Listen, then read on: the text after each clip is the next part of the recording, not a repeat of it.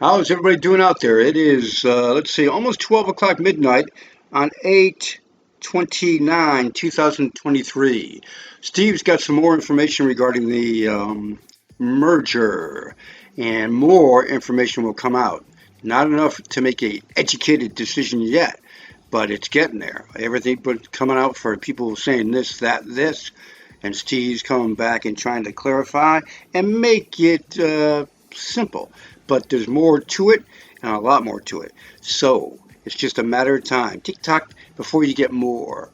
Then you've got Grove X. Speaking of TikTok, Grove X has security enhancements with a security company helping it out. So we'll see when that one comes out. Four star, making moves, including an office. And that you gotta love. Let me get out of that for a second. And SafeMoon, we've got the dedication from Magnus, who's been around for a long, long, long time. Crypto Magnus. SafeMoon is becoming more sophisticated by day, involving building, refining. I remember when there wasn't even a website and a padlock for a logo. It comes so far as a brand. I'm happy to hold what I do and will carry on accumulating. Good for him and many others. The journey begins, and it really does, because it's getting hot.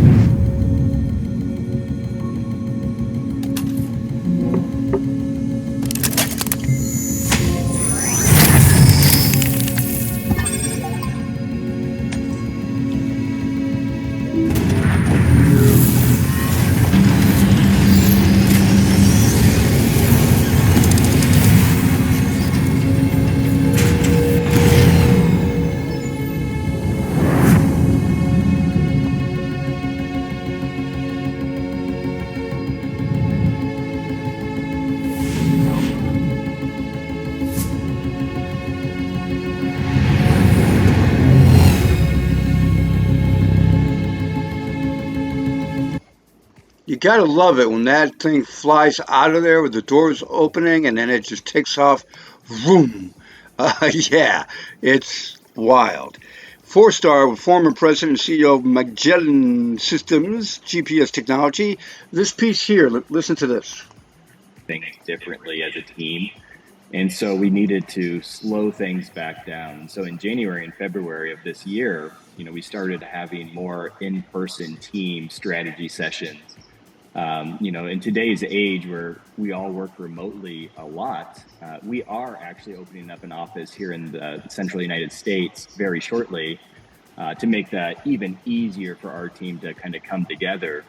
But I think, just hearing from you and learning from like our team and like where we were in 2022, the need to actually come together more often was definitely critical. And then to have input from experts like you and others, feeding into that and like allowing us to learn from that and doing small changes, incremental changes really do add up.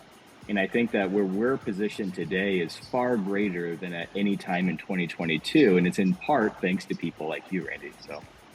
Well, I've been working with the Fourthstar team for almost a year. Not on a daily basis, of course, but and I've seen a lot of growth and a lot of exciting things going on. And and one of those things, I mean, let's face it, the pandemic sort of broke the world for a while, right?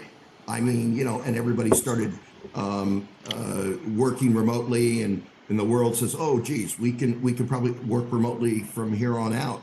But the synergy that you get by people being in the same place at the same time, physically present, is very powerful. And my hat's off to Fourthstar for recognizing that and putting an office together so that your group can come together on a regular basis, be present in the same space, and move forward. And things will accelerate over time. Truly so. Acceleration with the Oculus app, and what's been going on with that for upgrades over 1 GB every time in data. So this piece here, when you look at it, the advising from this gentleman is huge, and great to see the local office for everybody to come together as a team. And he's right about the synergy. Bitcoin at 30,704, up a little bit, 2.31% in the last 24 hours. Come on, Bitcoin, romp it. Then this is a romp.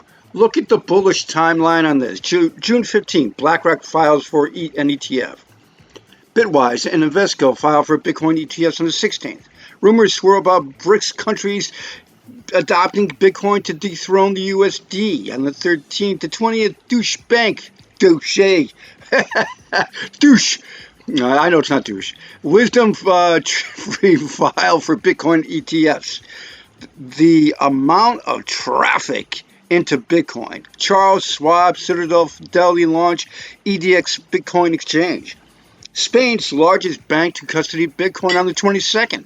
France's second largest bank to custody BTC.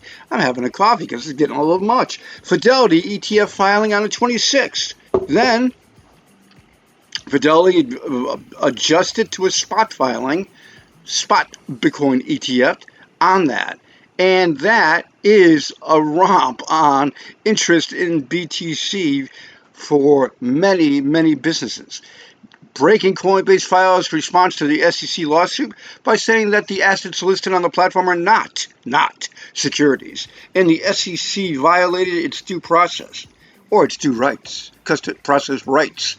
The business that people lose with the SEC's heavy-handed approach and the movement in Congress against Gary Gensler because of his massive heavy hand, quote unquote.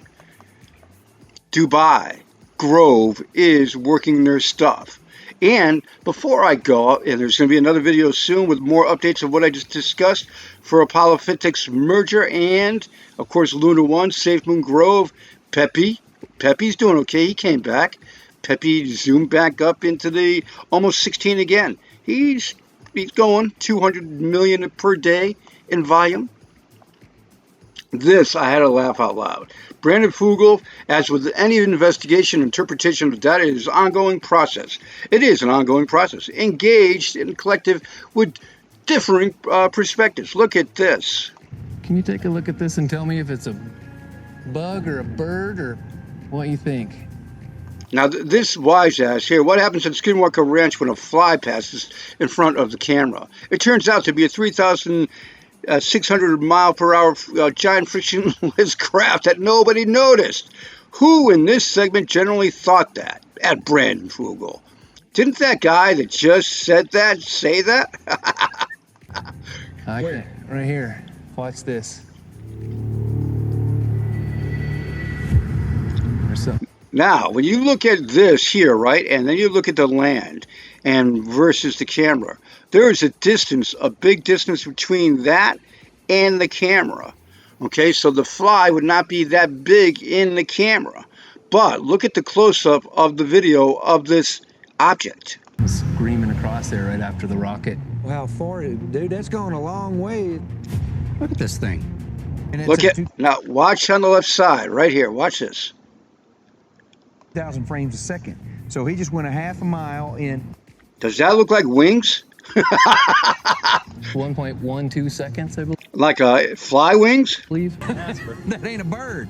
Holy crap. Burdette Anderson's high-speed camera recorded the fastest moving UAP we've ever documented on Skinwalker.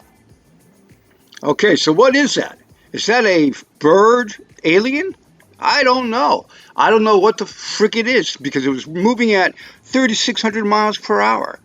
And it was way a ways and large. So what the hell was it? Of course, if it was so easy to tell, then anybody could do it. Anybody can figure out what the UFOs are. Everybody have a great one. I'll be in touch. Things are getting great. Later.